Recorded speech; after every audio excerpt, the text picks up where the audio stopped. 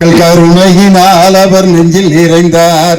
அண்ணா என்றெல்லோரும் அழைக்க வந்தார். 1000 தலைமுறை தழைக்க வந்தார். அண்ணா அண்ணா அண்ணா நம் அன்பின் தெய்வம் அண்ணா. கள்ளக்குடி கொண்ட கருணாநிதி வாழ்கவே. மக்கள் உள்ளம் குடி கொண்ட உண்மை தலைவர் வாழ்கவே. கள்ளக்குடி கொண்ட கருணாநிதி வாழ்கவே. ஸ்டாலின் நம்ம ஸ்டாலின், நம் கழகம் காக்கும் ஸ்டாலின். கலைஞர் படைக்கு தளபதி, நல்ல இதயங்களுக்கு அதிபதி. ஸ்டாலின் நம்ம ஸ்டாலின், நம் தமிழக முதல்வர் ஸ்டாலின். அவசரப்பட்டு கைதீட்டிறாங்க. இன்னும் ஒரு பாட்டு இருக்கு. கருப்பு சிவப்பு படையின் வீரன், களத்தில் நிற்கும் துணிச்சல்காரன், காலம் கொடுத்த கடமை வீரன், ஞாலம் புகழும் கலைஞர் பேரன். திருக்குவளை வழியில் வந்த தமிழ் குருதி, நம் திராவிடர்க்கு தலைமை தாங்கும் உதயநிதி. திருக்குவளை வழியில் வந்த தமிழ் குருதி, நம் திராவிடர்க்கு தலைமை தாங்கும் உதயநிதி.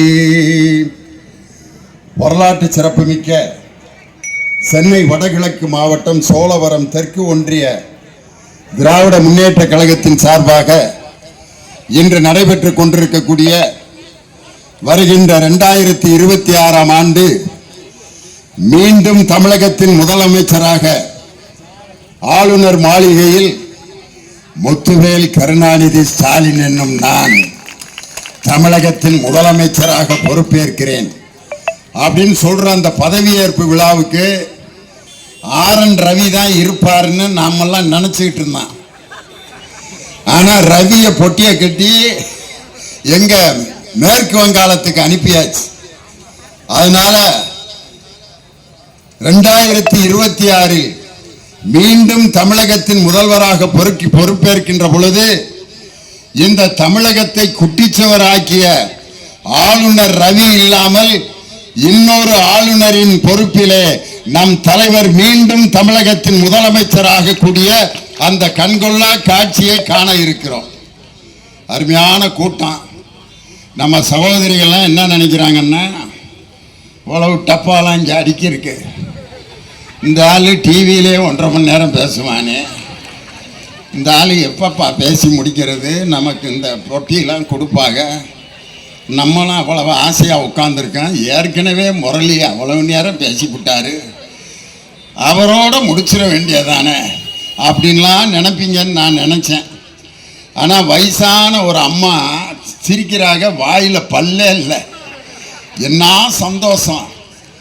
ஏன்னா இந்த டப்பா மீட்டிங் நடந்து முடிஞ்சு நீங்கள் வாங்காமல் வீட்டுக்கு போயிட்டா கூட கருணாகரன் உங்கள் வீடு தேடி இந்த டப்பாவை கொண்டு வந்து கொடுப்பாரு.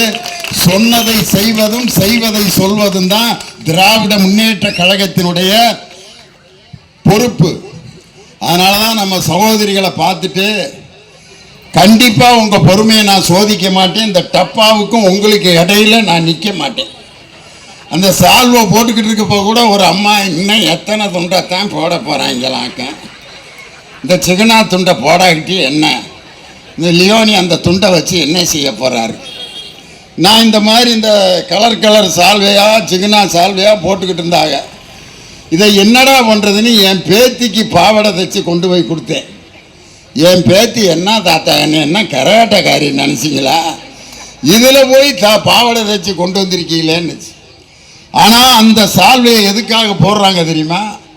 நீங்கள்லாம் நினைக்கலாம் அது தேவையில்லாத வேலைன்னு. ஒரு காலத்தில் தோல்ல துண்டு, கழுத்துல துண்டு போடுவதற்கு தகுதி இல்லாமல் துண்டை அக்கில்ல வச்சுக்கிட்டு நடந்து கொண்டிருந்த சமுதாயத்தை தோளிலே துண்டு போட வைத்த இயக்கம் திராவிட இயக்கம். அதனாலதான் ஒரு சாதாரண ஒன்றிய பிரதிநிதி, பகுதி கழக செயலாளர் கூட தோல்ல துண்டு போட்டு, அந்த சிகுனா துண்டை போட்டு ராஜா மாதிரி நிற்க வைத்த இயக்கம் திராவிட முன்னேற்ற கழகம். அதனாலதான் இந்த சால்வை. ஆனா அந்த சால்வையை நீங்க போடணும்னா அதுக்கு பதிலாக எனக்கு புஸ்தகம் கொடுங்க அப்படின்னு சொன்ன ஒரே தலைவர் முத்தமிழறிஞர் டாக்டர் கலைஞர். இந்த கருத்தை நான் சூலூர்ல மீட்டிங்ல சொன்னேன். கலைஞர் அவர்கள் நமக்கு சால்வை போட வேண்டாம், அதற்கு பதிலாக புத்தகத்தை தர வேண்டும் என்று சொன்ன ஒரே தலைவர் முத்தமிழறிஞர் டாக்டர் கலைஞர் சொன்னேன். மேடைக்கு ஒருத்தன் வந்து இந்த கருத்தை சொன்ன அண்ணன் லியோனி அவர்களுக்கு இந்த சால்வையை போடுகிறேன்னா, சால்வை போட வேணாம்னு கருத்து சொல்லிட்டு இருக்கேன், அதுக்கு பாராட்டி சால்வை போடுறியப்பா. சால்வை போடுவது என்பது ஒரு மனிதனுடைய கௌரவத்தை நிலைநாட்டுவதற்காக திராவிட முன்னேற்ற கழகம் ஏற்படுத்திய ஒரு செயல். இந்த நிகழ்ச்சியில் ரொம்ப அருமையாக வரவேற்புரையாற்றிய அருமை சகோதரர் வழக்கறிஞர் சோழவரம் எஸ் பிரபாகரன், சோழவரம் முன்னாள் ஊராட்சி மன்ற தலைவர் சுகவேணி முருகன், முன்னாள் ஒன்றிய குழு உறுப்பினர் ஆகியோருக்கும் மற்றும் பா சீனிவாசன் அவர்களுக்கும் இரா விஜயன் அவர்களுக்கும் இந்த நிகழ்ச்சியிலே கலந்து கொண்டு மிக சிறப்பாக பெருமை சேர்த்து கொண்டிருக்கக்கூடிய நா பரசுராமன், ஆர் துளசி, வி ஞானம் மற்றும் ஜாகிர் ஹுசேன் உள்ளிட்ட எல்லோருக்கும் என்னுடைய வணக்கத்தை சொல்லி, எனக்கு முன்னால் அற்புதமான உரையாற்றிய என் தம்பி கரூர் முரளி, அவர் பேசுகிற மாதிரிலாம் நான் பேசினேன்னா இப்பயே ஆஸ்பத்திரியில் மூக்கில் டியூபை சொருகி படுக்க போட்டுருவாங்க. என்ன எனர்ஜி அப்பா! நான்லாம் அந்த மாதிரி ஒரு காமன் நேரம் கூட பேச முடியாது. ஏன்னா நான் பட்டிமன்ற நடுவர். 6 பேர் பேசுகிறப்பையும் 3 மணி நேரம் நான் உட்காந்துருக்கேன். நான் எடுத்தோன்னே அன்போருங்க அப்படின்னா அப்பா சோடா கூடப்பா அப்படின்னு கொண்டு போய் வண்டியில் ஏற்றிடுவாங்க. இவ்வளோ ஒரு எனர்ஜி உள்ள ஒரு அற்புதமான பேச்சாளர் திராவிட முன்னேற்ற கழகத்தில் தமிழகம் முழுவதும் பட்டி தொட்டி எல்லாம் கரூர் முரளியின் குரல் ஒலிக்காத கிராமமே கிடையாது என்ற அளவிற்கு அற்புதமான பேச்சாளர் என் தம்பி கரூர் முரளி. அவருக்கு எல்லாரும் ஒரு பலத்த கரவொலி எழுப்பி, என்ன பேச்சப்பா, கேட்க கேட்க ஆசையா இருந்துச்சு. அவர் பேசும்போது ஒன்று சொன்னார், நான் முருக பக்தர், நான் கோயிலுக்கு போவேன்னாரு. அவரு முரளி, அவர் இந்து சமயத்தை சேர்ந்தவர், அவரு கோயிலுக்கு போறதுல தப்பு இல்லை. ஆனால் என் பேர் லியோனி, நான் கிறிஸ்தவன். நான் ஒவ்வொரு வாரமும் செவ்வாய்க்கிழமை கந்தகோட்டை முருகன் கோயிலுக்கு வருவேன். யாராவது பார்த்தவங்க கூட லியோனி முருகனை சாமி கும்பிடுறாரு அப்படின்னு ஒரு அம்மா. முருகனை மட்டும் இல்லை, மாடம்பாக்கம் தேனுபுரீஸ்வரர் கோயிலில், ஈஸ்வரன் கோயிலில் சிவராத்திரி அன்னைக்கு அங்கே நான் போய் சாமி கும்பிட்டேன். அங்கே நடந்த சம்பவம் என்ன தெரியுங்களா? ஒரு காலத்தில் கோயில் இருக்கிற பகுதியில் கூட சாதாரண மக்கள் போகக்கூடாதுன்னு சட்டம் இருந்துச்சு. கோயில் இருக்கிற பாதையில் போகக்கூடாது. அதே மாதிரி சாமி அங்கே இருந்துச்சுன்னா இங்கே இருந்து அப்படியே சந்துக்குள்ள தெரியுது பாரியா ஜாமே முருகா அப்படின்னு கும்பிட்டுக்கிட்டு இருந்தான். ஒரு குறிப்பிட்ட ஜாதி தான் கடவுளுக்கு பக்கத்தில் போகணும்னு சட்டம் இருந்துச்சு. ஆனால் ஆகஸ்ட் மாதம் 14ஆம் தேதி 2021 முத்துவேல் கருணாநிதி ஸ்டாலின் என்ற முதலமைச்சர் பொறுப்பேற்று 3வது மாதத்தில் ஆகஸ்ட் 14, ஆகஸ்ட் 15க்கு முந்தின நாள், சுதந்திரத்துக்கு முந்தின நாள் ஒரு சட்டம் இயற்றப்பட்டது. சட்டம் இயற்றி அது நடைமுறைப்படுத்தப்பட்டது. என்ன சட்டம் தெரியுமா? ஒரு குறிப்பிட்ட ஜாதி தான் சாமிக்கு பக்கத்தில் போகணுங்கிற நிலையை மாற்றி 28 அர்ச்சகர்கள் மாற்று ஜாதியினரை வேற ஜாதிக்காரர்களை அர்ச்சகராக்கி சாமி பக்கத்தில் கொண்டு போய் நிறுத்திய பெரியாரின் பேரன் முத்துவேல் கருணாநிதி ஸ்டாலின். அதுல 16 பேர் பெண் ஓதுவார்கள்.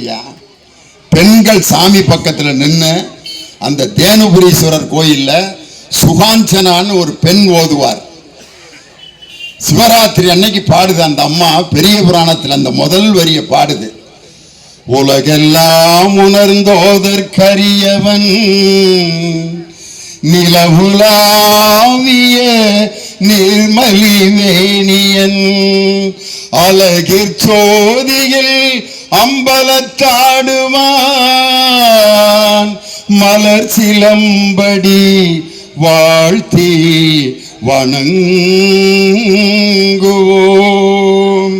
பின்னாடி இருக்க ஐயர்கள்லாம் ஓம் நமச்சிவாய, ஓம் நமச்சிவாய, ஓம் நமச்சிவாய.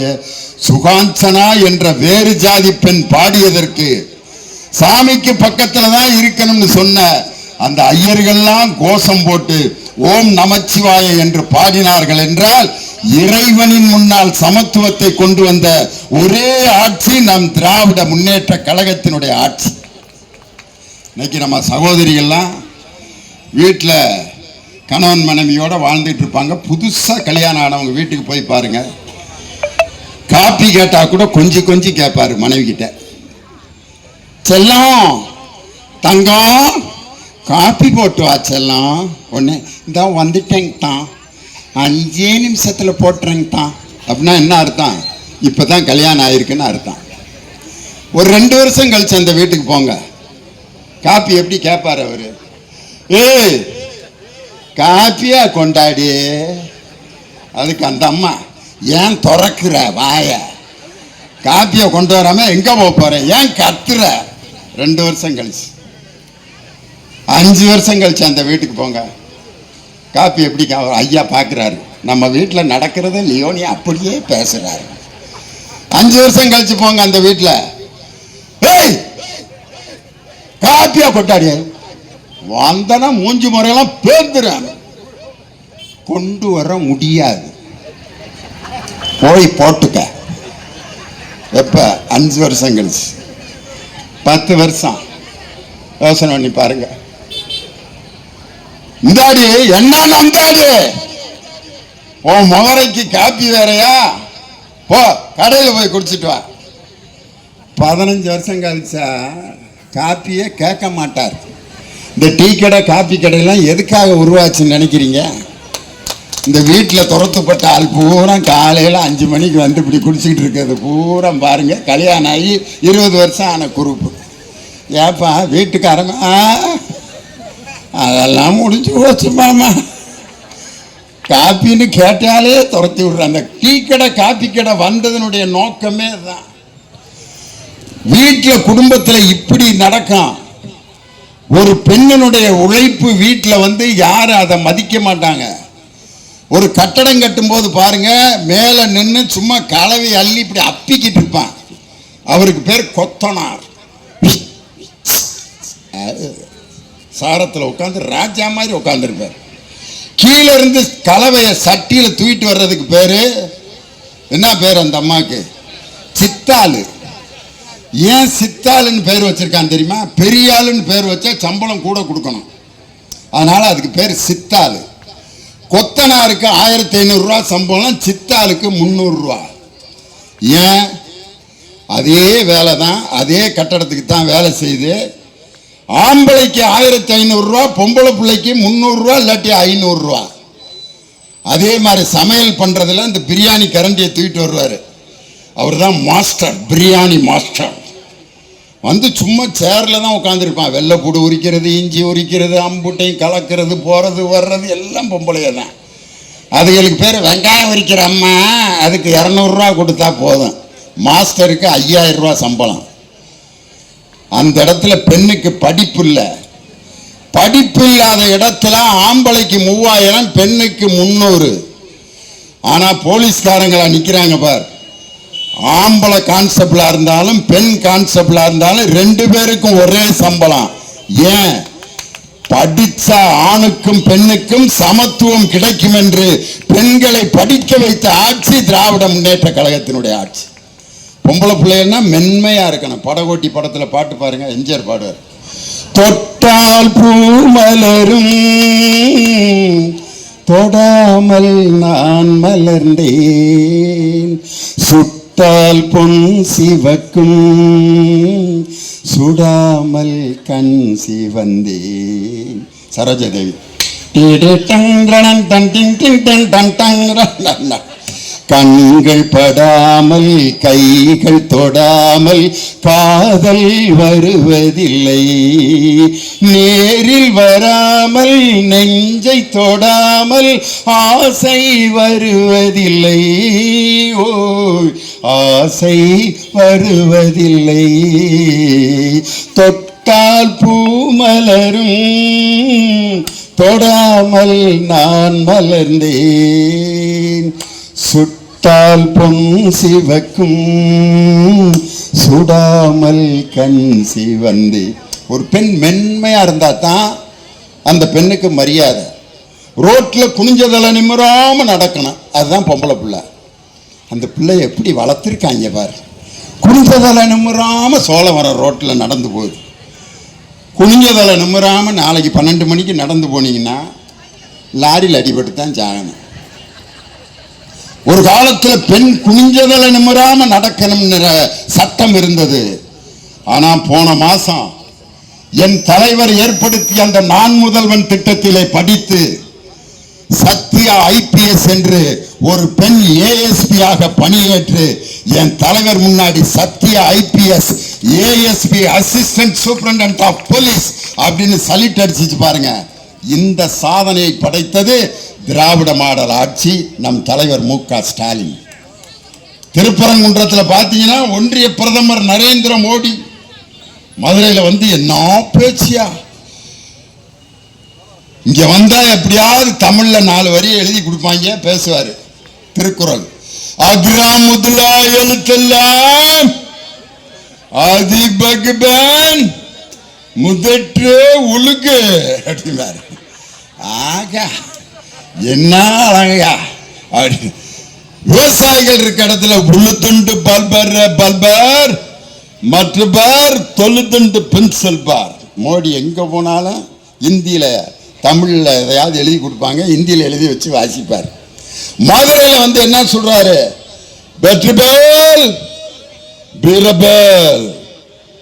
திருப்பரங்குன்ற முருகன் முன்னாடி போய் நெடுஞ்சாங்கரையா உளுந்து முருகா. முருகன் பார்க்கிறாரு, பிரதர் மதுரைக்கு வந்தா எல்லாம் மீனாட்சி அம்மன் கோயிலுக்கு தானே பிரதர் போவாங்க, நீ ஏன் பிரதர் ஏன் காலில் இப்போ உளுந்திருக்க அப்படின்னு முருகன் கேட்குறாரு.